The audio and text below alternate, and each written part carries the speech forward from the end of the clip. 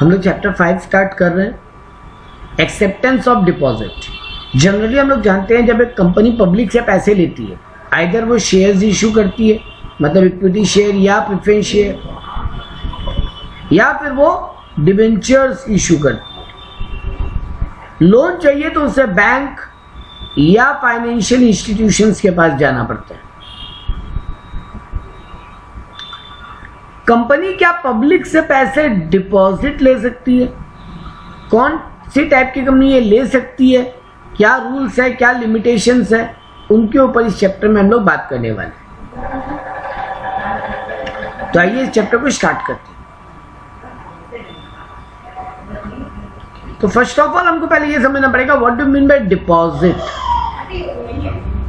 Any receipt of money by way of deposit और loan और in other form by A company. एक company जब loan ले या पैसे जमा करवाए अपने पास, लोगों को बोले हमारे पास पैसा जमा करो, यानी मनी रिसीव हो रहा है, मनी रिसीव, इन दो नामों में से किसी भी नाम से, उसी को बोलते हैं deposit. But does not include any category of amount as may be prescribed in consultation with the RBI.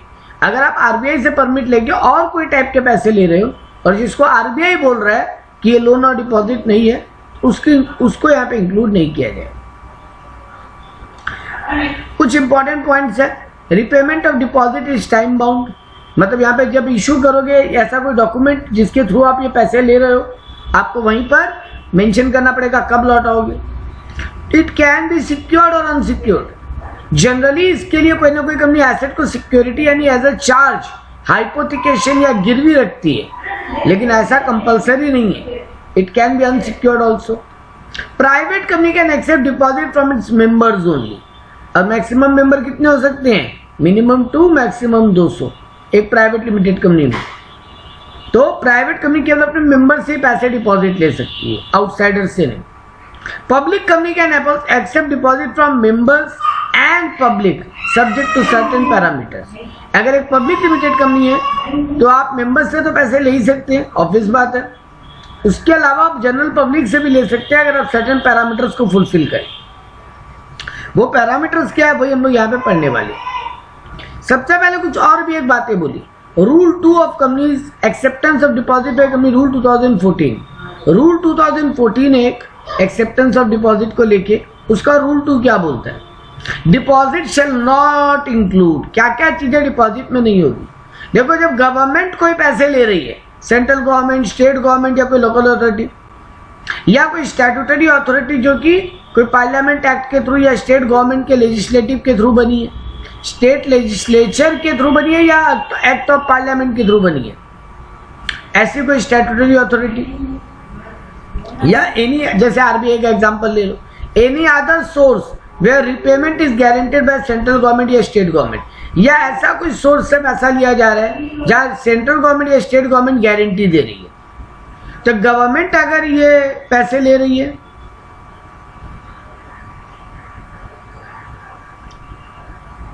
Government से ये पैसे मिल रहे हैं, सॉरी गवर्नमेंट से ये पैसे मिल रहे हैं, फ्रॉम गवर्नमेंट है। फ्रॉम फॉरेन सोर्स अगर आप पैसे लेते हो, मतलब फॉरेन गवर्नमेंट से पैसे मिल रहे हैं आपको, या फॉरेन या इंटरनेशनल बैंक से पैसे मिल रहे हैं, या मल्टी फाइनेंशियल इंस्टीट्यूशन से पैसे मिल रहे हैं आपको, फॉरेन के, IMF, वर्ल्ड बैंक या और कोई फाइनेंशियल अथॉरिटी जो फॉरेन गवर्नमेंट की है, वहां से आपको कोई पैसा मिल रहा है, वो भी इस एक्ट में कवर नहीं होगा। मतलब आपको आपकी देश की गवर्नमेंट से पैसे मिले, फॉरेन गवर्नमेंट से पैसे मिले, बैंक्स एंड PFIs, आपको बैंक से जो लोन मिलता है या पब्लिक फाइनेंशियल इंस्टीट्यूशन से जो आपको लोन मिलते हैं, वो भी इस एक्ट में कवर नहीं है। मतलब आप एक कंपनी, मान लो मैं एक कंपनी नीरज लिमिटेड, मुझे गवर्नमेंट पैसे दे, मुझे फॉरेन गवर्नमेंट पैसे दे, या मुझे बैंक्स और PFI दे, वो इस एक्ट में कवर नहीं हो रहे, क्योंकि ये एक्ट किसको कवर करेगा? आपको जनरल पब्लिक से जो लोन मिल रहा है। कई कंपनीज कमर्शियल पेपर इशू करती है, कमर्शियल पेपर के थ्रू जो पैसे उठाती है वो भी इसमें कवर नहीं होंगे। तो any amount received by commercial paper और other instrument as per RBI, या कमर्शियल पेपर के नेचर के और कोई इंस्ट्रूमेंट है। सर कमर्शियल पेपर क्या होता है? मैंने एक एग्जांपल में पहले समझाया हुआ है। अगर मान लो कोई कंपनी को नया IPO लाना है, अब उसके लिए उसे पैसे चाहिए, IPO लाने के लिए भी तो खर्चा होगा बहुत सारा, वो पैसे का अरेंजमेंट कंपनी करने का सोच रहे हैं, तो वो कमर्शियल पेपर के थ्रू अरेंजमेंट करता है कंपनी। ये एक टाइप का अनसिक्योर्ड लोन होता है, शॉर्ट टर्म नेचर का, ये मनी मार्केट इंस्ट्रूमेंट है। तो आप एग्जांपल में याद रख सकते हो कि कमर्शियल पेपर के थ्रू कोई पैसे मिले वो भी डिपॉजिट एक्ट में कवर नहीं हो रहे। या फिर कोई इंटर कॉर्पोरेट है, एक कंपनी दूसरे कंपनी को कुछ पैसे दे रही है, वो भी इस एक्ट में कवर्ड नहीं है। सर बेसिक फंडा ये है, इस एक्ट में कवर्ड ही होगा जब जनरल पब्लिक से या अपने मेंबर्स से कोई पैसे डिपॉजिट लो, अदर देन डिवेंचर, अगर आप कोई टाइप का लोन लो या डिपॉजिट लो। एप्लीकेशन मनी जो मिलती है कंपनी को, वो भी इस एक्ट में कवर्ड नहीं है। ऑब्वियस बात है सर, एप्लीकेशन मनी कोई डिपॉजिट नहीं है, वो अगेन शेयर्स है, जो बाद में शेयर से एडजस्ट हो जाएगी जब हम शेयर अलॉटमेंट करने जाएंगे। तो any amount received in pursuant to an offer made towards subscription to any securities, हम कोई डिवेंचर या शेयर्स पब्लिक को सब्सक्रिप्शन के लिए दे रहे हैं और उसके अगेंस्ट में हमें कोई पैसे मिले, जिसको हम शेयर एप्लीकेशन मनी बोलते हैं, जो कि पेंडिंग अलॉटमेंट में जाता है। याद है बैलेंस शीट में फॉर्मेट में second number equity and liability के अंदर second head share application money pending allotment, वो वाला पैसा है ये।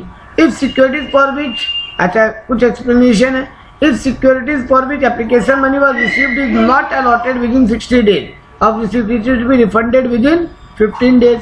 ये थोड़ा इस चैप्टर से हट के बात कर रहा है, बट आपको एक रूल बता रहा है कि अगर आपको कोई सिक्योरिटी से अगेंस्ट पैसे मिले एप्लीकेशन मनी के नाम पे और आपने 60 दिन में शेयर अलॉटमेंट नहीं किया, तो आपको 15 दिन में वो पैसे रिफंड करने पड़ेंगे उस 60 दिन कंप्लीट होने के बाद से। और जब तक वो आप लौटाओगे नहीं, तब तक उस पैसे को एज ए डिपॉजिट ट्रीट करना पड़ेगा। मैंने क्या कहा, आपने एप्लीकेशन मनी के नाम पे पैसा लिया, शेयर अलॉट करना था, 60 डेज के अंदर आपको शेयर अलॉट कर देना था, आपने शेयर अलॉट नहीं किया, 60 डेज क्रॉस हो गए हैं, अब आपको 15 दिन के अंदर ये पैसे लौटाने पड़ेंगे। आप जब तक लौटाओगे नहीं तब तक इसको डिपॉजिट हेड में लिख के रखो। Any adjustment other than what is allowed for such application money will not be treated as refund, will not be considered as refund। आपको ये पैसे एप्लीकेशन मनी के पैसे अलॉटमेंट में ही एडजस्ट करने पड़ेंगे या फिर आपको वापस करना पड़ेगा, और आप इसका कोई यूज नहीं कर सकते। कंपनी अगर डायरेक्टर से कोई पैसे लेती है, वो भी इस एक्ट में कवर नहीं होंगे। Any amount received from person who at the time of such receipt was director of the company या relative of the director of the company, ये सिर्फ प्राइवेट केस में, इन case of private company. Public और private company director से loan नहीं ले सकती, director sorry loan लेगी, उसको डिपॉजिट ट्रीट नहीं किया जाएगा। वैसे ही डायरेक्टर के रिलेटिव से, इन केस ऑफ प्राइवेट कंपनी, अगर डायरेक्टर के रिलेटिव से कोई पैसे मिल रहा है, वो भी डिपॉजिट ट्रीट नहीं किया जाएगा। Following conditions are to be met at the time of giving such money. Director relative to furnish a declaration to company that such amount is not been given out of loan borrowing from others। हाँ, ये जो director या relative जो पैसे दे रहे हैं, ये amount in लोगों को एक डिक्लेरेशन देना पड़ेगा कि ये अमाउंट इन्होंने किसी से लोन या बोरो करके नहीं दिया है कंपनी को। And company to disclose money so accepted in board report. और बोर्ड ऑफ डायरेक्टर्स का जो रिपोर्ट होता है, जब अकाउंट्स फाइनलाइज होता है तो बोर्ड रिपोर्ट बनती है, उस बोर्ड रिपोर्ट में इस अमाउंट के बारे में मेंशन होना चाहिए, डिस्क्लोजर होना चाहिए। कंपनी बॉन्ड या डिवेंचर इशू करती है, चाहे वो सिक्योर्ड हो, चाहे कन्वर्टिबल हो या लिस्टेड हो। सीधा बात है, कंपनी डिवेंचर इशू कर रही है जो कि सिक्योर्ड है, जो बाद में शेयर में कन्वर्ट हो सकते हैं, या लिस्टेड है, वो भी पैसे यानी बॉन्ड डिवेंचर से मिले हुए पैसे भी डिपॉजिट ट्रीट नहीं होते। ये मैंने बिगनिंग में ही कहा था कि लोन और बोरोइंग को डिपॉजिट मान रहे हो, लेकिन बॉन्ड डिवेंचर वाला लोन नहीं। The amount raised by issue of bond debenture secured by a first charge और pari passu with the first charge of any asset referred in schedule 3 excluding intangible asset. हम intangible asset गिरवी रख रहे हैं, उसकी बात नहीं हो रही यहाँ पे। टेंजिबल एसेट गिरवी रख के कोई लोन ले रहे, provided amount of such bond is less then market value of such asset. हाँ, यहां पर एक बात बोला, अगर मान लो आपका बॉन्ड का वैल्यू जितना आपने गिरवी रखा उससे कम पर चला गया, तब क्या होगा? देखो यहाँ पे क्या लिखा है, बॉन्ड डिवेंचर सिक्योर्ड बाय ये फर्स्ट चार्ज। फर्स्ट चार्ज क्या होता है? पहली बार जो गिरवी रखा गया एसेट, मेरा मान लो 20 लाख का एसेट है, मैंने 8 लाख का डिबेंचर इशू किया, तो मैंने ये 20 लाख का एसेट गिरवी रखा, फर्स्ट चार्ज पहली बार। With first charge on any asset refer to in schedule 3। Schedule 3 में जो एसेट्स के नाम मेंशन है, शेड्यूल 3 में टेंजिबल और इनटेंजिबल एसेट के नाम मेंशन होते हैं, लेकिन यहाँ पे इनटेंजिबल एसेट को बोल दिया नहीं, उसको गिरवी नहीं रख सकते आप। तो यानी डिबेंचर या बॉन्ड सिक्योर्ड होगा तभी उसको डिपॉजिट ट्रीट नहीं करेंगे। अगर अनसिक्योर्ड डिबेंचर या बॉन्ड होता तो उसको डिपॉजिट ट्रीट करते। ये पूरी बात ये बोलना चाहते हैं, अगर आपका डिबेंचर या बॉन्ड अनसिक्योर्ड है तो उसको डिपॉजिट ट्रीट किया जाएगा। दूसरी बात, वो बॉन्ड या डिबेंचर कंपल्सरीली बाद में शेयर्स में कन्वर्ट हो जाएगा, वो भी विद इन 10 ईयर्स, तब भी उसको आप डिपॉजिट ट्रीट मत करो। And non convertible debenture unsecured and listed, अगर नॉन कन्वर्टेबल डिबेंचर है, अनसिक्योर्ड भी है, मतलब ना तो वो शेयर में कन्वर्ट होगा और ना ही उसके लिए कोई एसेट सिक्योरिटी के रूप में रखा गया है, बट वो लिस्टेड है रिकॉग्नाइज्ड एक्सचेंज में, रिकॉग्नाइज्ड स्टॉक एक्सचेंज में वो लिस्टेड है, तब भी उसे डिपॉजिट नहीं माना जाए। मतलब ये तीनों में से एक भी कंडीशन मीट हो रहा है, वो सिक्योर्ड है या वो कन्वर्टेबल है या वो लिस्टेड है, तीनों में से अगर एक भी नेचर का है तब उस डिबेंचर या बॉन्ड को आप डिपॉजिट मत मांगो, अदरवाइज उसको आपको डिपॉजिट मानना पड़ेगा। Such deposit from employee, security deposit from employee, आप कोई एम्प्लॉय से अगर सिक्योरिटी डिपॉजिट लेते हो, any amount receive from employee of a company, अगर आप इंटरेस्ट बियरिंग सिक्योरिटी डिपॉजिट ले रहे हो उनसे, कुछ कई बार होता है ना कोई रिस्की जॉब होता है, तो एम्प्लॉयज को बुलाया था जॉब ज्वाइन करने के लिए आपको पहले सिक्योरिटी डिपॉजिट जमा करना पड़ेगा, तो वो डिपॉजिट को भी इस केस में ट्रीट नहीं किया गया। कोई अगर ट्रस्ट है नॉन इंटरेस्ट बियरिंग, अच्छा ये नॉन इंटरेस्ट वाला डिपॉजिट होना चाहिए एम्प्लॉय से जो लोग, any non interest bearing amount receive held as a trust, अगर आप एज अ ट्रस्टी कोई अमाउंट अपने पास होल्ड कर रहे हो, किसी ने आप पे ट्रस्ट करके आपको पैसा दिया, आप ट्रस्टी के रूप में पैसा होल्ड कर रहे हो, लेकिन उस पर इंटरेस्ट नहीं दोगे, जब सामने वाला पैसा मांगेगा बस लौटा दोगे, तो उस केस में उसको भी डिपॉजिट नहीं माना जाएगा। In normal course of business, अगर किसी से कोई एडवांस लियो, अब आपका एक डेटर आया, उसने कहा मुझे सामान चाहिए, आपने कहा मिल तो जाएगा, 2 महीने बाद रेडी करके दूंगा, उसने कहा ठीक है, आपने कहा लेकिन पहले एडवांस पेमेंट करना होगा तब सामान रेडी करूंगा, नहीं तो नहीं करूंगा, तो ये एडवांस पेमेंट डिपॉजिट नहीं है। हाँ ये बात है कि आपको 365 विद इन 365 डेज आपको ये सामान रेडी करके दे देने, नहीं तो फिर उसको डिपॉजिट मान लिया जाएगा। Any advance receive from toward consideration for an immovable property as per the agreement, कोई इमूवेबल प्रॉपर्टी आप किसी को बेचने वाले हो तो उसके बदले में उसने आपको एक एडवांस मनी दिया है, बाकी पैसा वो कुछ टाइम के बाद आगे देगा। तो नॉर्मल बिजनेस का गुड्स एंड सर्विस हो, नॉर्मल बिजनेस का कोई इमूवेबल प्रॉपर्टी हो, कोई security deposit for any performance of a contract, किसी से आपने सिक्योरिटी डिपॉजिट लिया है कोई कॉन्ट्रैक्ट के परफॉर्मेंस के अगेंस्ट में, जब वो परफॉर्म कर देगा तो आप ये डिपॉजिट का पैसा लौटा दोगे, तो वो भी आपका डिपॉजिट इस केस में कवर नहीं होगा, इस चैप्टर के केस में।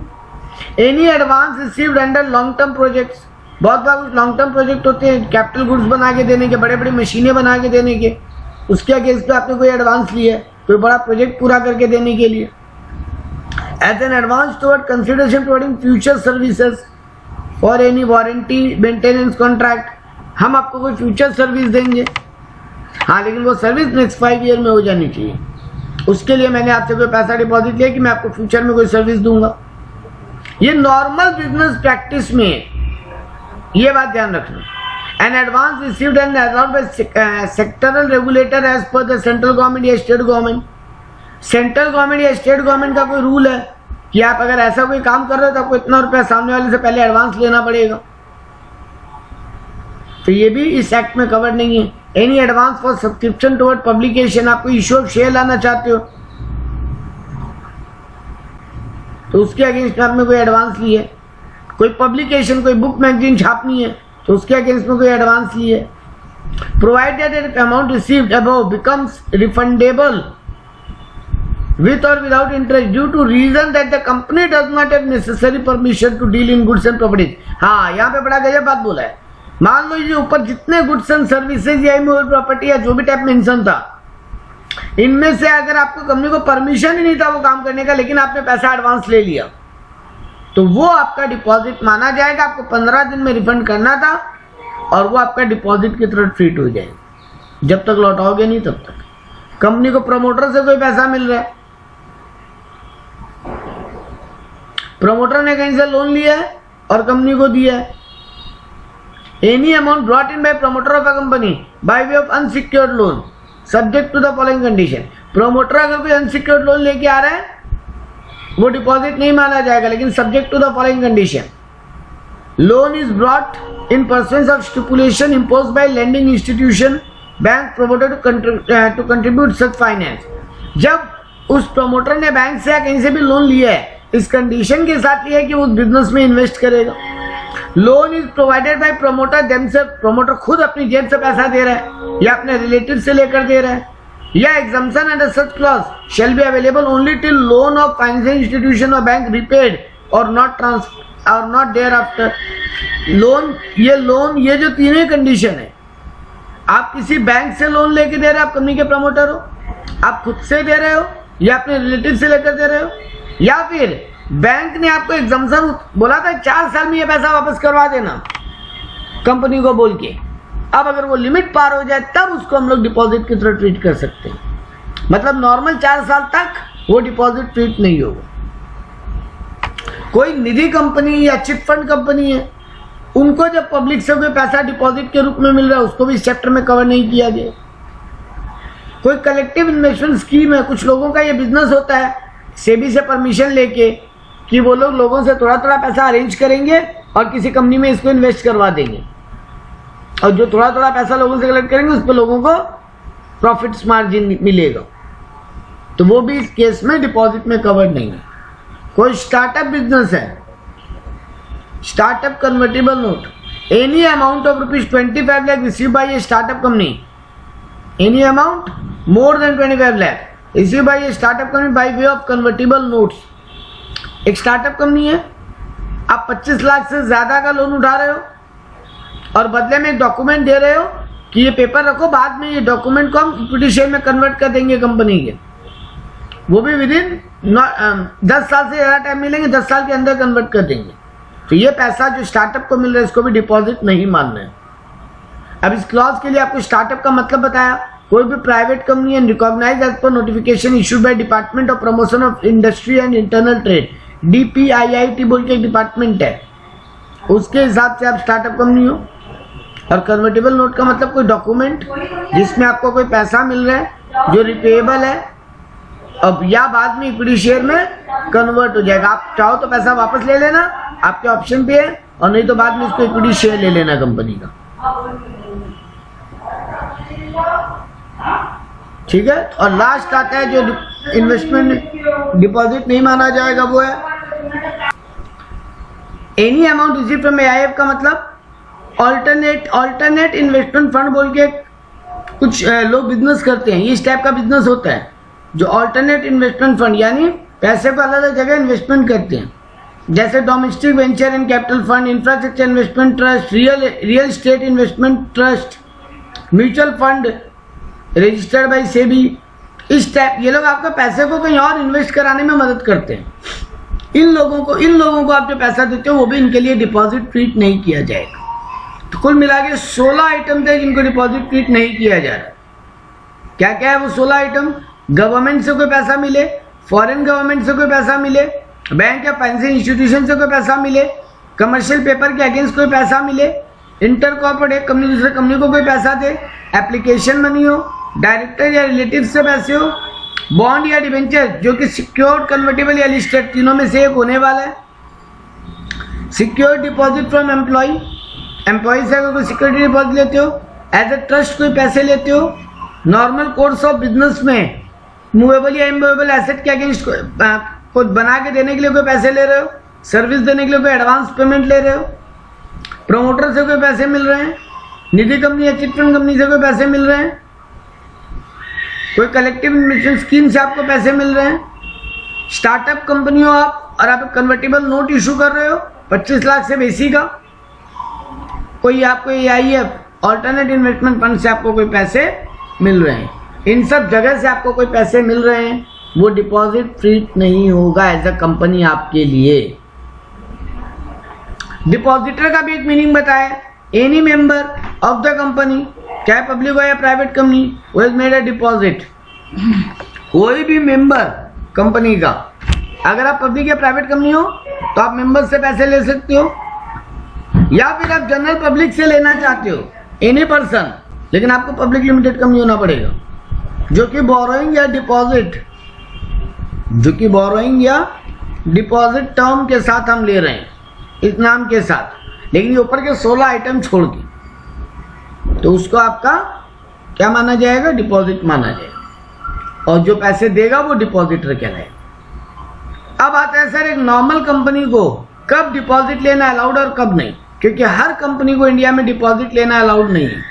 तो बोला section 73 prohibit of acceptance of deposit from public on and after the commencement of this act, no company shall invite, accept और रिन्यू एनी डिपॉजिट। मतलब पहले लिया तो उसको रिन्यू नहीं कर सकते, नया बुला नहीं सकते, under this act from a public accept in the manner provided under this chapter. तो आप पब्लिक को इनवाइट नहीं कर सकते, एक्सेप्ट नहीं कर सकते, उनसे पैसा खुद भी आके दे तो आप नहीं ले सकते, आप भी इनवाइट नहीं कर सकते, और पुराना अगर लोन था तो रिन्यू भी नहीं कर सकते after commencement of this act, except अगर ये कंडीशंस फुलफिल हो। सर क्या कंडीशन है पहले वो पढ़ते हैं, ये वाला पॉइंट हम लोग बाद में पढ़ेंगे, ये वाला पॉइंट ऊपर पढ़ चुके हैं इसलिए रिपीट करने का लॉजिक नहीं है, मैं बाद में रिपीट करूंगा। पॉइंट नंबर 2 से चालू करते हैं। अ कंपनी में सब्जेक्ट टू पासिंग है, पहले तो कंपनी को कोऑर्डिनेटरी OR पास करना पड़ेगा अपने जनरल मीटिंग में शेयर होल्डर से परमिशन लेके कि क्या हम पब्लिक से डिपॉजिट एक्सेप्ट कर लें। तो अपने मेंबर्स या शेयर होल्डर का मीटिंग बुलाइए, OR पास कीजिए, उनसे परमिशन लीजिए after complying with the following condition. लेकिन ये OR पास करने के पहले आपको कुछ कंडीशन फुलफिल करनी पड़ेगी। आपका फाइनेंशियल पोजीशन कैसा है वो देखना पड़ेगा, आपको कितना क्रेडिट रेटिंग मिला हुआ है। बड़ी बड़ी कंपनियां है ना, एरॉन, फिंच, जो लोगों को क्रेडिट रेटिंग देती है, मतलब आपकी कंपनी का लोन चुकाने का क्षमता कितना है, कैपेसिटी, उसके हिसाब से आपको रेटिंग मिलता है। रेटिंग तो आपको एक सर्टेन लेवल ऑफ रेटिंग मिला हो तभी आप आगे बढ़ सकते हो। तो इशू है सर्कुलर टू मेंबर, आपको मेंबर्स को एक सर्कुलर देना पड़ेगा DPT-1 फॉर्मेट में कि आपका बोर्ड ऑफ डायरेक्टर ये सब चीजों को फुलफिल कर चुका है। तो आपका फाइनेंशियल पोजीशन के रिलेटेड क्रेडिट रेटिंग मिला है कि नहीं मिला, टोटल नंबर ऑफ डिपॉजिटर कितने होने वाले हैं, amount due toward previously accepted deposit, पुराने डिपॉजिट कितने जिनका पैसा लौटाना बाकी है, और अदर कुछ भी इंफॉर्मेशन हो, ये सब इंफॉर्मेशन आपको एक सर्कुलर जारी करना पड़ेगा अपने मेंबर्स के नाम पे, जो कि आपके मीटिंग के नोटिस के साथ जाएगा। फिर मेंबर्स आएंगे मीटिंग में और वो लोग वोटिंग करेंगे, OR पास होगा, तब जाके आपको ये डिपॉजिट लेने का परमिशन होगा। Rules related to circular, manner of issuance, notice कैसे जाएगा, सारे मेंबर को ये नोटिस जाना चाहिए by registered post acknowledgement deed, या फिर स्पीड पोस्ट, या फिर ई मोड।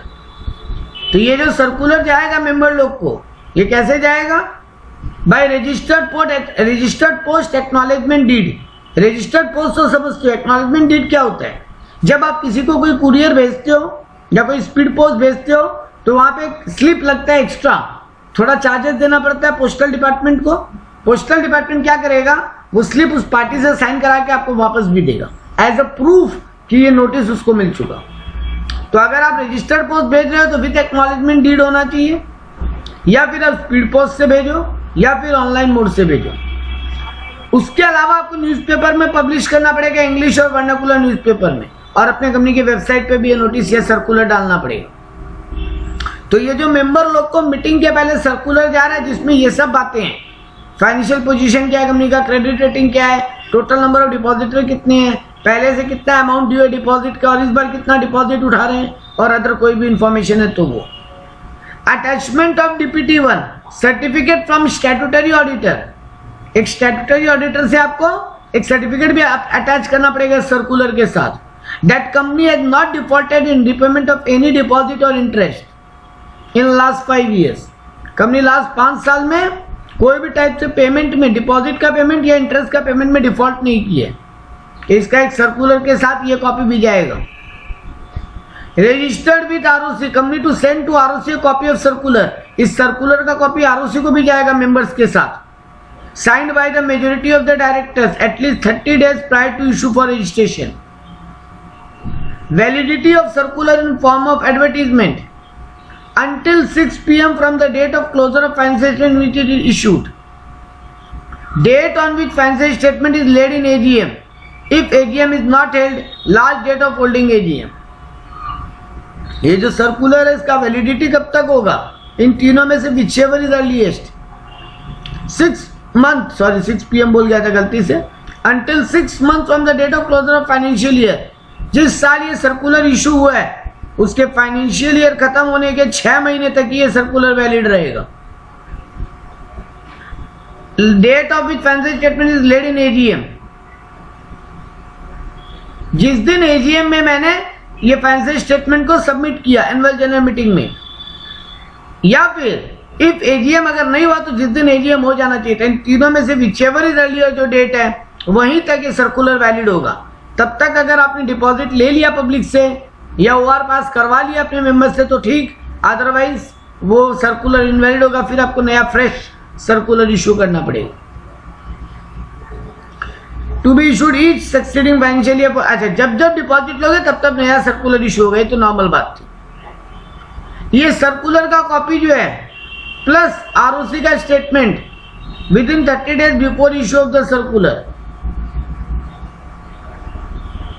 एक मिनट, क्या बोलना चाह रहे हैं? Filing copy of circular plus statement with ROC with in 30 days before issue of the circular. हाँ, सर्कुलर इशू होने के 30 दिन पहले आरओसी के पास ये कॉपी जमा हो जाए। जो ऊपर बोला था ना कि आपको ये सर्कुलर का कॉपी आरओसी को भी देना है, कितने दिन के अंदर? ऊपर बोल भी दिया था एटलीस्ट प्रायर 30 days। ठीक है, दोबारा रिपीट किया।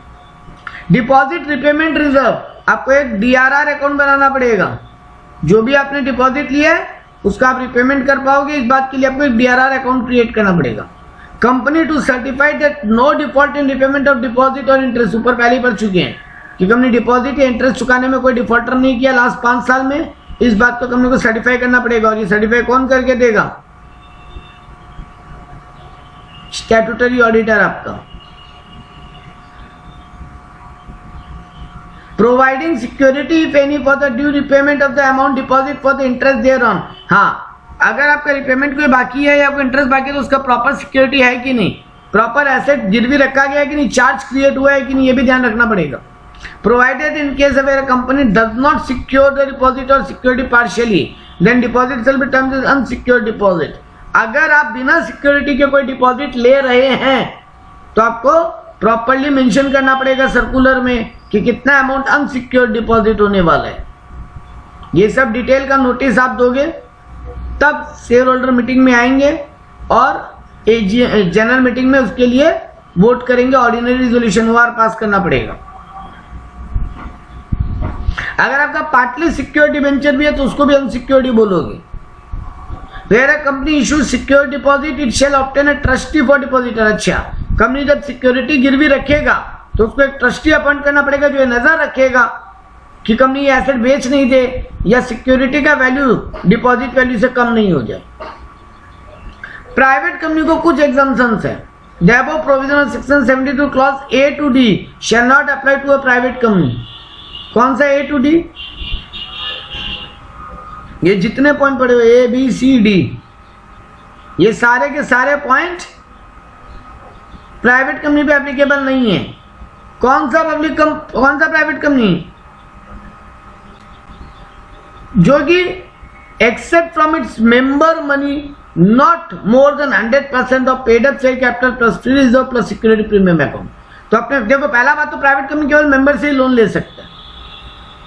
तो वो प्राइवेट कंपनी जो मेंबर से लोन ले रहा है लेकिन कितना? Not exceeding, not greater than 100% of paid up capital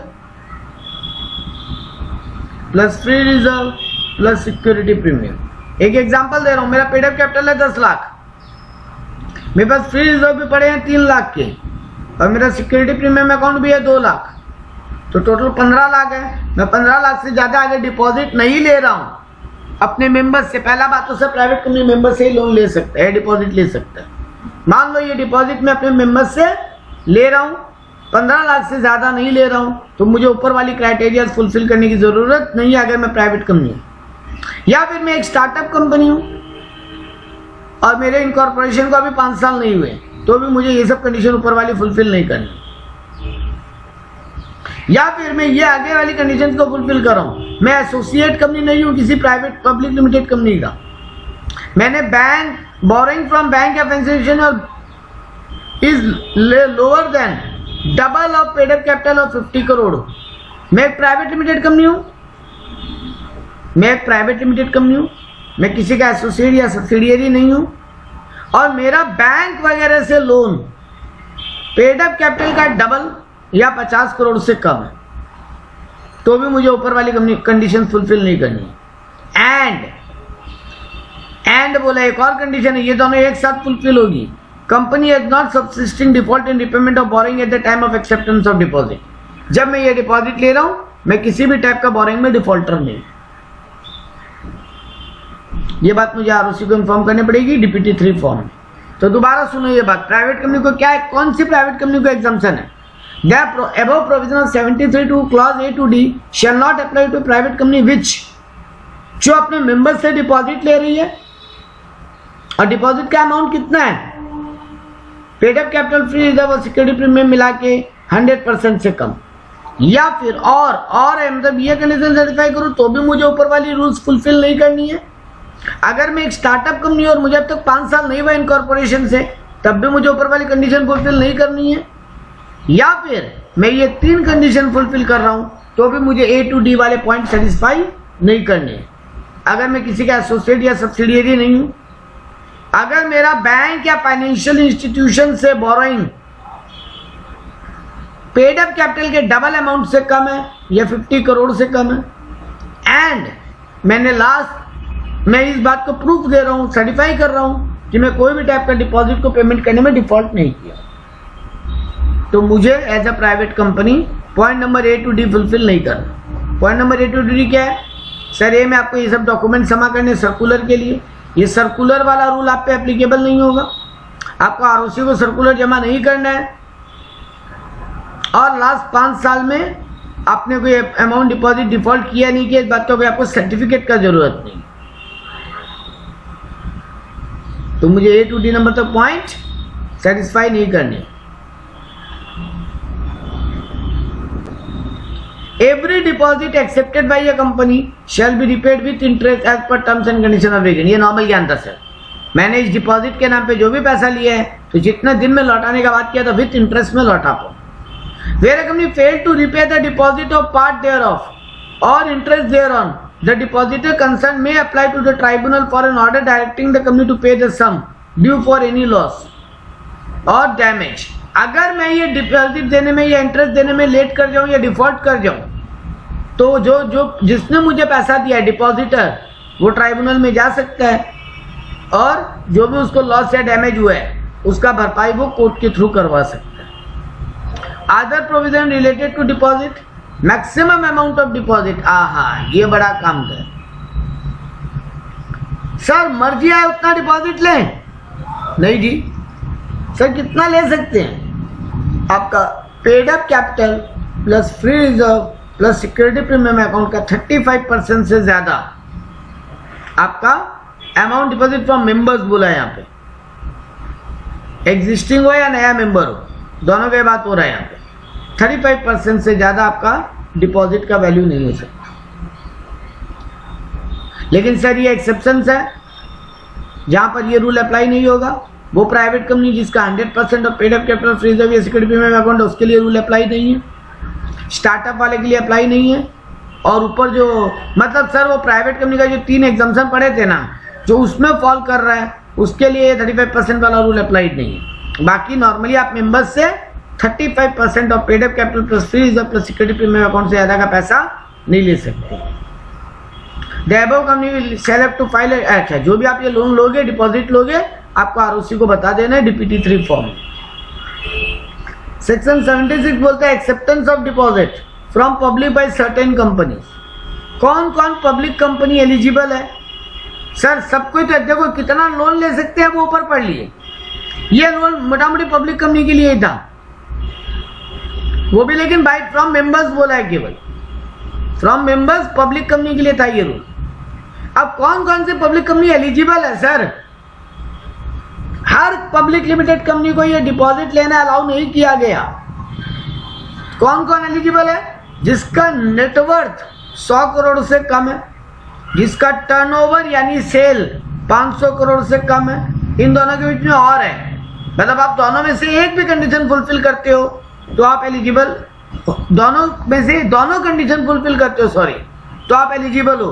दोनों में से एक भी कंडीशन टूटता है तो आप एलिजिबल नहीं हो। मतलब आपका नेटवर्क 100 करोड़ से कम है लेकिन टर्नओवर 500 करोड़ से ज्यादा है, या फिर आपका टर्नओवर 500 करोड़, सॉरी गलती हो गया, उल्टा बोल दिया। नेटवर्क 100 करोड़ से कम नहीं होना चाहिए और टर्नओवर 500 करोड़ से कम नहीं होना चाहिए, नॉट लेस देन। मतलब बहुत हाईली रेपुटेड कंपनी को ही पब्लिक डिपॉजिट लेना अलाउड है। नेटवर्थ आपका 100 करोड़ से कम नहीं होना चाहिए, टर्नओवर आपका 500 करोड़ से कम नहीं होना चाहिए। तो दोनों में से एक भी अमाउंट, मान लो मेरा नेटवर्थ तो है 150 करोड़ लेकिन टर्नओवर है 500 करोड़ से कम, 450 करोड़, तो भी मैं एलिजिबल नहीं हूं। मान लो मेरा टर्नओवर तो 520 करोड़ है लेकिन नेटवर्थ 80 करोड़ है, तब भी मैं एलिजिबल नहीं हूं। सर टर्नओवर के साथ में एक कंडीशन और है, and which has obtain prior consent in general meeting by passing of an SR, filed the said resolution with ROC before the invitation to public. तो ये तीन कंडीशन के बीच में एंड है। देखो पॉइंट नंबर 2, पॉइंट नंबर 3 और point number 4, इन तीनों के बीच में एंड है, मतलब ये तीनों कंडीशन फुलफिल होनी चाहिए। और ऊपर वाली कंडीशन के साथ में इसके साथ में और है। तो नेटवर्क 100 करोड़ से कम नहीं हो, टर्नओवर 500 करोड़ से कम नहीं हो, मैंने एसआर पास करके प्रायर परमिशन ले ली है और आरओसी से भी अप्रूवल, आरओसी को रिजोल्यूशन का कॉपी भेज दिया। Eligible company accepting deposit with limit of may accept it means of an OR, not SR. देखो गजब का बात बोला है लेकिन थोड़ा कंफ्यूजन होगा। पहले एसआर पास करके मैंने शेयर होल्डर से परमिशन लिया हुआ है कि मैं पब्लिक डिपॉजिट कर सकता हूं या नहीं, प्रायर अप्रूवल। लेकिन जब जब पब्लिक डिपॉजिट लेने जाऊंगा तब मुझे दोबारा ओआर पास करना है। दोनों चीज पे गौर करो। एक कंपनी बना और वहां पे शेयर होल्डर ने एसआर पास करके ये कह दिया था कि आप पब्लिक डिपॉजिट ले सकते हो।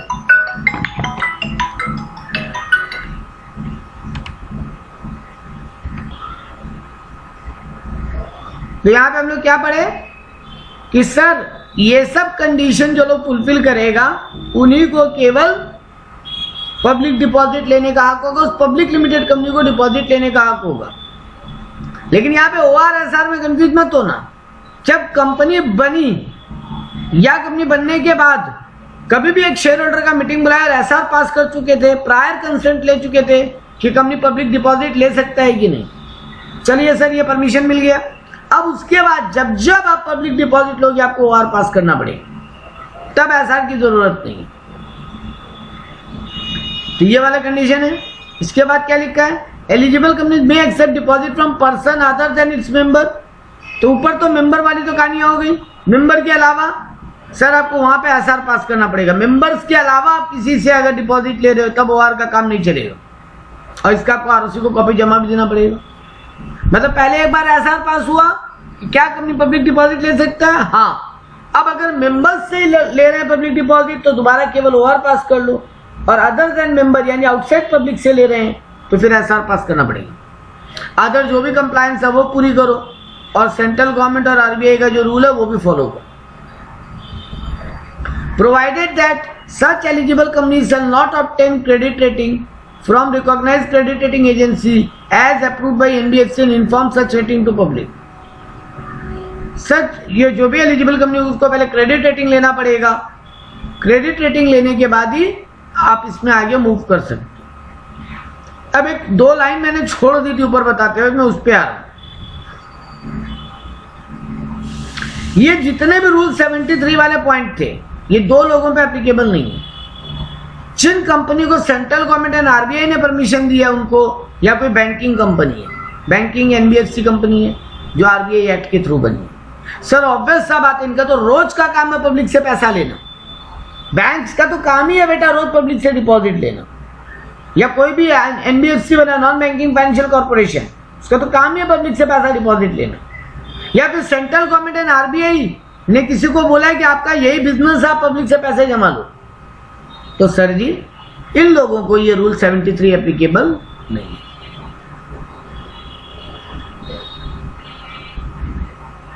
ये क्रेडिट रेटिंग के लिए दो बातें और छूट गई थी बोलना। पहला बात तो क्या बोला, हर कंपनी जो ये लोन के लिए एलिजिबल हो रही है उनको क्रेडिट रेटिंग लेना पड़ेगा। Rating shall be obtained every year during the tenure of deposit. इसका एक आरओसी को कॉपी भी जमा करना, हर साल आपको रेटिंग देना पड़ेगा, आरओसी को इन्फॉर्म भी करना पड़ेगा। And rating shall not below the minimum investment grade rating as specified by FDs. FD के लिए जितना इन्वेस्टमेंट के लिए आपको रेटिंग के लिए कंपल्सन, मान लो आपको बोला गया है पे 2+ स्टार रेटिंग से नीचे नहीं होना चाहिए, एग्जांपल दे रहा हूं केवल, तो आपकी कंपनी को अगर 2+ स्टार की रेटिंग मिलेगी तो आप पब्लिक डिपॉजिट में जा सकते हो, नहीं जा सकते। कुछ अदर रेलेवेंट पॉइंट है, maximum amount of deposit eligible company other than eligible government company, eligible company other than eligible government company maximum amount of deposit कितनी ले सकती है। ऊपर हमने पढ़ा था 35% वाला कहानी, सर वो टोटल था, अब उसमें आप मेंबर्स से लेते हो तो 10% तक, और अदर देन मेंबर्स से लो तो बाकी 25%, हो गया ना 35%। और गवर्नमेंट कंपनी कहीं से भी 35% ले सकती है। तो अदर देन गवर्नमेंट कंपनी है तो आपको 10% आप मेंबर्स से ले सकते हो, बाकी 25% अदर देन मेंबर्स से, मतलब 35 का लिमिट तो आप क्रॉस कर ही नहीं सकते। और अगर आप एलिजिबल गवर्नमेंट कंपनी हो तो आप मैक्सिमम 35% कैसे भी ले सकते हो। फिर आप यहाँ मेंबर और अदर देन मेंबर का कोई क्राइटेरिया नहीं। Issuance of a circular in deputy one for name of board of director, ये हमने ऊपर पढ़ लिया था, इसमें कुछ नया नहीं बोला है, दोबारा रिपीट किया है, ये दोबारा रिपीट किया। पॉइंट नंबर बी कि आपको ये सब चीजें जमा करनी है सर्कुलर में, मतलब जो भी मेंबर्स को आप सर्कुलर भेजोगे उनको ये सब चीजें साथ में भेजनी है। Statement showing public position, credit rating obtain, total number of deposit है, कितना अमाउंट ले रहे हो, अदर पर्टिकुलर ऊपर डिट्टो पढ़ चुके हैं, कहाँ कहाँ पब्लिश करनी है ये भी पढ़ चुके हैं, न्यूज़पेपर में देना है, इंग्लिश या वर्नाकुलर, वेबसाइट पे डालना है, ये भी हम लोग नॉर्मली वही सब कंडीशन दोबारा पढ़ रहे हैं।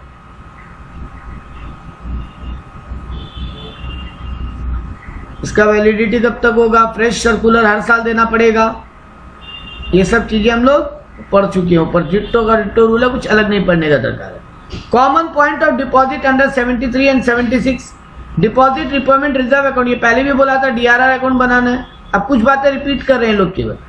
Company to deposit on or before 30 April of each year a sum of, हाँ कितना डीआरआर बनाना है, 20% of the amount of deposit maturing during the following financial year. अब मान लो मेरा 21-22 है तो मार्च 22 के दिन, नहीं 21-22 मेरा फाइनेंशियल ईयर है, मैं इस अगले साल अब मेरा डिपॉजिट रिपेमेंट का मान ली मैंने 2018-19 में पब्लिक डिपॉजिट लिया था, लेट से 5 लाख रुपए,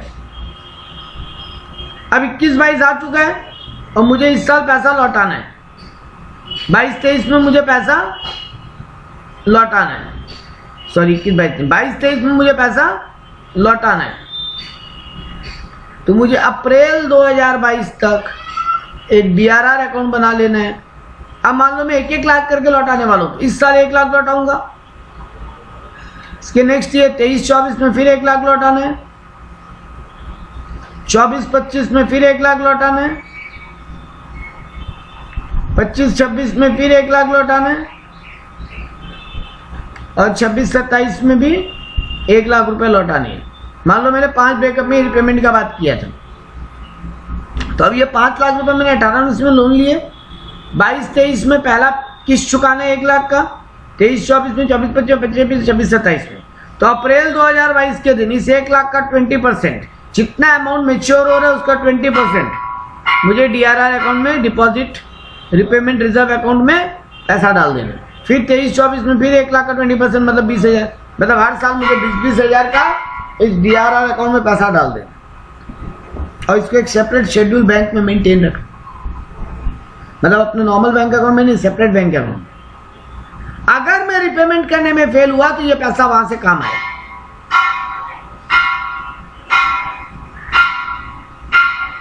ठीक है। टेन्योर ऑफ डिपॉजिट, कितने साल तक company can not accept deposit which is repayable on demand, repayable within 6 month या मैक्सिमम। अब आता है सर कितने साल के लिए डिपॉजिट ले सकता हूं, तो कभी भी आप रिपेबल ऑन डिमांड का पैसा नहीं ले सकते। रिपेबल ऑन डिमांड क्या होता है, जब वो मांगे तब लौटाना पड़ेगा। आप ऐसा डिपॉजिट नहीं ले सकते सर, ऑब्वियस से बात है, जब मांगे तब लौटाना होगा तो बड़ा दिक्कत का बात हो जाएगी। 6 महीने से कम और 36 महीने से ऊपर का डिपॉजिट नहीं ले सकते। मतलब minimum period of deposit 6 month होगा, मैक्सिमम 36 मंथ। उससे ज्यादा का डिपॉजिट कंपनी नहीं ले सकती और 6 महीने के कम का भी नहीं ले सकती। लेकिन इसका भी exception, company may accept deposit repayable within 6 month for short term fund. हाँ, कंपनी 6 महीने से कम का डिपॉजिट ले सकती है if deposit is less than 10% of paid up capital and deposit will be on after 3 months from the date of such deposit। तो 6 महीने से कम का डिपॉजिट ले सकते हैं अगर हम अपने paid up capital plus series of plus security payment का 10% से कम का डिपॉजिट ले रहे हैं, और 3 महीने के नीचे तो नहीं ले सकते, मिनिमम फिर 3 महीना होना पड़ेगा। कंपनी को सर कुछ चार्ज गिरवी रखना पड़ेगा, एसेट गिरवी रखना पड़ेगा, चार्ज क्रिएट करना पड़ेगा। तो ये चार्ज अगर आप कर रहे हो, अगर आप सिक्योर डिबेंचर इशू कर रहे हो, सिक्योर डिपॉजिट ले रहे हो, सॉरी अगर आप सिक्योर डिपॉजिट ले रहे हो तो आपको 30 दिन और जिस दिन एक्सेप्टेंस की हो डिपॉजिट का, उसके अंदर चार्ज क्रिएट कर देना। या ट्रस्टी, बोला था ना डिपॉजिट ट्रस्टी अपॉइंट होगा, उसके फेवर में क्रिएट करोगे ताकि वो नजर रख सके। Amount of charge should be greater than amount of deposit and interest payable thereon. Mark greater than या इक्वल टू हो सकता है, लेकिन कोई इक्वल टू रखता नहीं है, सब ग्रेटर देन ही करते हैं। मतलब एसेट का वैल्यू, मैंने अगर 5 लाख रुपए लोन लिए और उस पर 10% करके 3 साल ब्याज देने का बात की है, मान लो 2 साल का लिए तो 10% करके हर साल दूंगा, मतलब 1 लाख और 1 लाख रुपए और मैं चुकाऊंगा ब्याज। तो 2 साल में मुझे 6 लाख रुपए चुकाने हैं। तो जो भी एसेट में गिरवी रख रहा हूं उसका वैल्यू 6 लाख या 6 लाख से ज्यादा होना चाहिए, और उस एसेट का मार्केट वैल्यू देखना पड़ेगा हर साल। और मैं ऑलवेज चार्ज केवल टेंजिबल एसेट पे क्रिएट कर सकता हूं, इनटेंजिबल एसेट पे नहीं। अपॉइंटमेंट ऑफ ट्रस्टी, मैंने कहा था ट्रस्टी अपॉइंट करना पड़ेगा, तो 1 या 1 से ज्यादा ट्रस्टी अपॉइंट किए जा सकते हैं बाय द कंपनी, ताकि वो लोग नजर रखें। ये ट्रस्टी से पहले मुझे उनका प्रायर कंसेंट लेना पड़ेगा, रिटन कंसेंट, कि वो ट्रस्टी बनने को तैयार है कि नहीं। और मैं जब सर्कुलर जारी करूंगा मेंबर लोग को, उसमें ट्रस्टी का नाम वगैरह मेंशन करूंगा, उसका रिटन कंसेंट का कॉपी डालूंगा ताकि वो लोग भी श्योर हो जाए कि ट्रस्टी रेडी है बनने को। Company to execute a deposit trust deed at least 7 days before issuing to circular. मुझे एक डिपॉजिट ट्रस्ट डीड भी बनाना पड़ेगा, मतलब एग्रीमेंट साइन करना पड़ेगा उस ट्रस्टी के साथ 7 दिन पहले, ये सर्कुलर जारी करने के 7 दिन पहले, जिसका फॉर्म है DPT2। ट्रस्टी कौन बन सकता है, तो person shall not be appointed as a trustee. देखो कोई भी बन सकता है, बट इनमें से लोग नहीं बन सकते। वो कंपनी का डायरेक्टर नहीं होना चाहिए, की मैनेजरियल पर्सन नहीं होना चाहिए, कंपनी का ऑफिसर या एम्प्लॉय नहीं होना चाहिए, कंपनी से उसके ऊपर कोई उधार नहीं होना चाहिए, या मेरी सब्सिडी या होल्डिंग कंपनी से उसके ऊपर कोई उधार नहीं होना चाहिए, कोई मेरे साथ उसका मटेरियल रिलेशनशिप नहीं होना चाहिए, वो कंपनी के ब्याह में कहीं कंपनी उसके ब्याह में कोई गारंटी नहीं दिया होना चाहिए, मतलब वो कहीं से लोन ले रहा है कंपनी उसका गारंटी दे रखा है, ऐसा आदमी नहीं होना चाहिए, या फिर ये जो ऊपर A to D मेंशन है उनका रिलेटिव नहीं होना चाहिए। ट्रस्टी को रिमूव कब किया जा सकता है, consent of all the director present at a meeting of the board.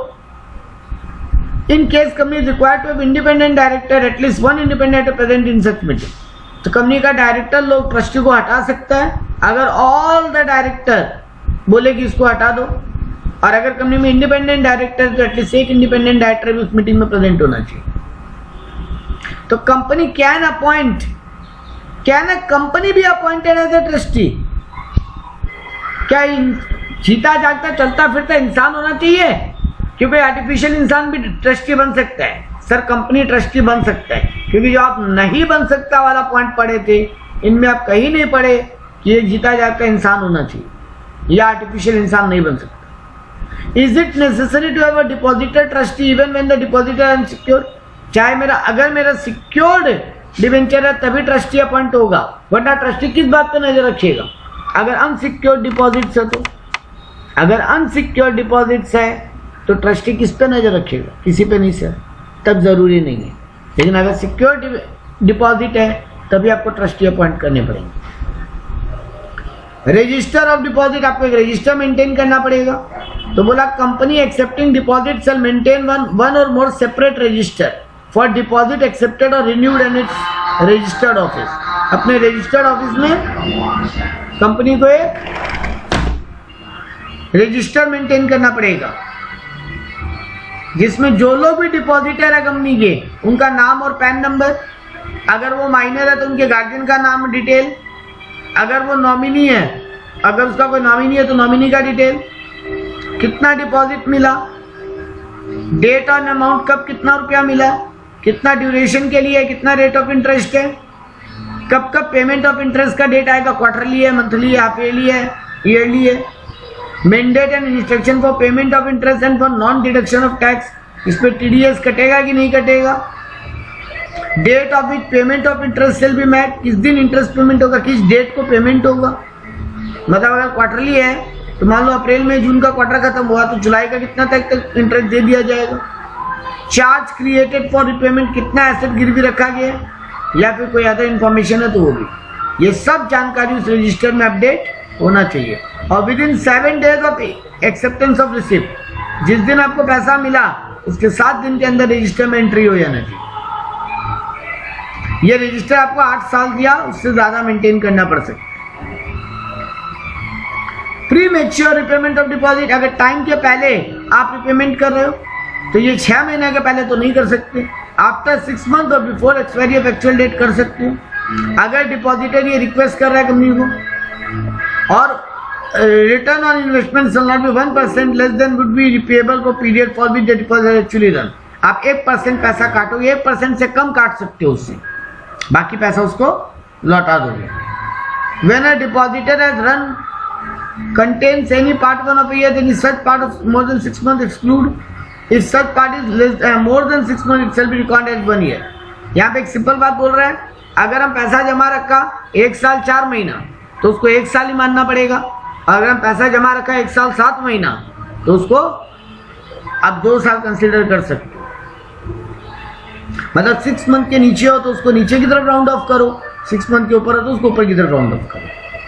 Reduction of rate of interest, that is 1% not applicable. यहाँ ऊपर पढ़े ना कि हम रेट ऑफ इंटरेस्ट को 1% से कम कर सकते हैं अगर कोई प्री मैच्योर पैसा ले रहे हैं तो। आरओआई का मतलब था rate of interest. Rate of interest हम 1% से कम कर सकते हैं। मान लो मेरे को 9% इंटरेस्ट मिलने का बात था तो कंपनी 8% कर सकता है उसको।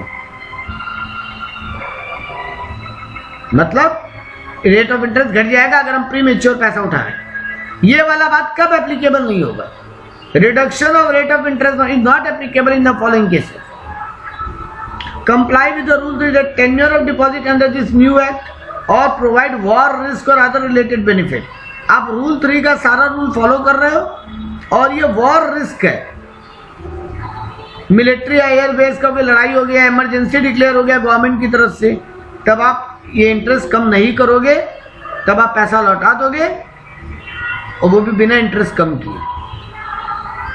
Pre mature closure of deposit by holder to earn higher rate of interest in case of depositor desire to avail higher rate of interest by renewing the deposit before it actually maturity date. मेरा maturity date आएगा 31 मार्च 2024 को, हम लेकिन नवंबर 23 में ही बोला कि मेरे को इसको आगे रिन्यू करना है, ये डिपॉजिट को और टर्म आगे बढ़ा दो, बट मेरे को हायर रेट ऑफ इंटरेस्ट चाहिए इसके लिए।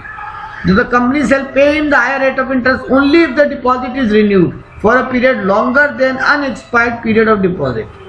अभी भी कितना पीरियड बाकी है सर? आप नवंबर में आगे बोले तो नवंबर, दिसंबर, जनवरी, फरवरी, मार्च 5 महीना बाकी है। तो अगर 5 महीने से ज्यादा के लिए रिन्यू करता है, मतलब मार्च के बाद भी और 5 महीने से ऊपर रिन्यूअल है मेरा, तभी मेरे को हायर रेट ऑफ इंटरेस्ट मिलेगा, वरना नहीं मिलेगा। Ceiling rate of interest and brokerage payable on deposit maximum age prescribe by RBI. Sir यहाँ पे रेट ऑफ इंटरेस्ट की बताया नहीं, आप कितना इंटरेस्ट दोगे डिपॉजिट पे। या कितना ब्रोकरेज पेमेंट करना पड़ेगा आपको, ये आरबीआई और एनबीएफसी के रूल के हिसाब से होगा। वो लोग जिस समय जो रेट डिक्लेयर करेगा वही रेट फॉलो करना। Depositor to file application form and declaration, जो भी डिपॉजिटर होगा company shall accept deposit only when the application is submitted by intending depositor. वो पहले कंपनी को अप्लाई करेगा और एक डिक्लेरेशन देगा कि वो ये पैसा कहीं से बोरो करके नहीं दे रहे, तभी वो ये डिपॉजिट दे पाएगा। डिपॉजिट इन ज्वाइंट नेम, हम ज्वाइंट नेम पे डिपॉजिट ले सकते हैं। मतलब हम डिपॉजिट दे रहे हैं 1 लाख, हम बोल रहे हैं कंपनी को इसमें मेरी वाइफ का नाम, मेरा नाम और मेरी बेटी का नाम और मेरे मम्मी पापा का नाम दे दो। मतलब हम 5 लोगों की तरफ से ये डिपॉजिट है एक साथ, नॉट मोर देन 3, हम 3 ही लोगों को रख पाएंगे। A joint deposit may be accepted with or without any of the clause, namely jointly, either or Xavier, first name of Xavier, पहला नाम मेरा होगा, बाकी मेरे मेंबर्स होंगे, लेकिन ये मैक्सिमम 3 हो सकता है, उससे ज़्यादा नहीं। मतलब हम अपनी वाइफ और अपनी बेटी के नाम पे डिपॉजिट कर रहा है, अब मम्मी पापा को हम ऐड नहीं कर सकते। या हम चाहता तो हम अपनी वाइफ, मेरा नाम और मेरी मम्मी का नाम डाल देते।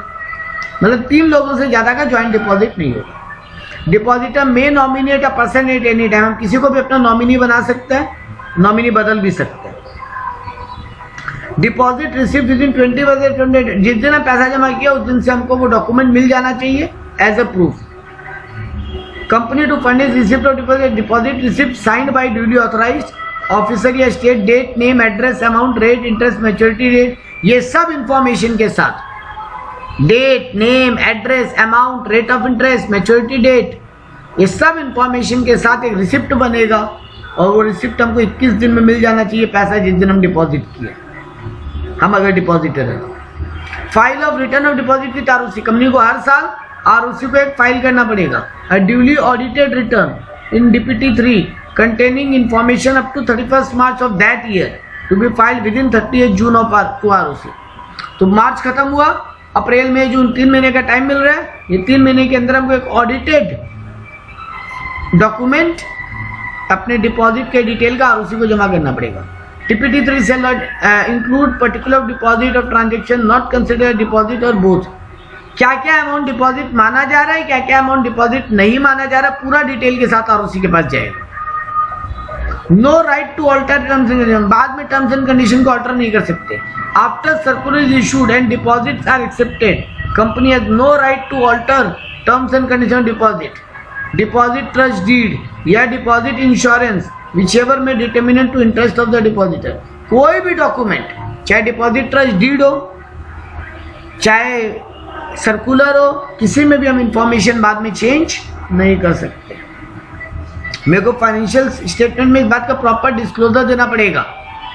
अगर हम पब्लिक कंपनी है तो मेरे को disclose about the money received from directors अलग से बताना पड़ेगा। रिलेटिव्स को काट दिया गया, मतलब रिलेटिव से अगर हम पैसा ले रहे हैं वो अलग से शो नहीं करना है, लेकिन डायरेक्टर से अलग से पैसा ले रहे हैं, डिपॉजिट ले रहे हैं, वो शो करना पड़ेगा।